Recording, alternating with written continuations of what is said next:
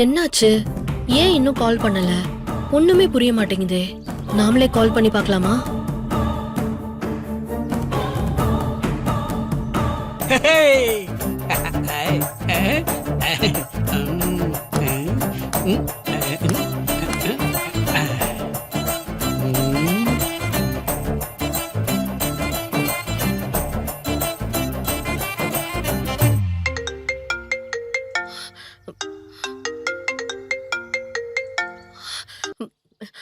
ருத்ரா, என்னாச்சு? முடிஞ்சுதா? Madam madam ரொம்ப அவசரப்பட்டா எப்படி மேடம்? இருங்க மேடம், நல்ல செய்தி ரெடி ஆயிட்டு இருக்கு.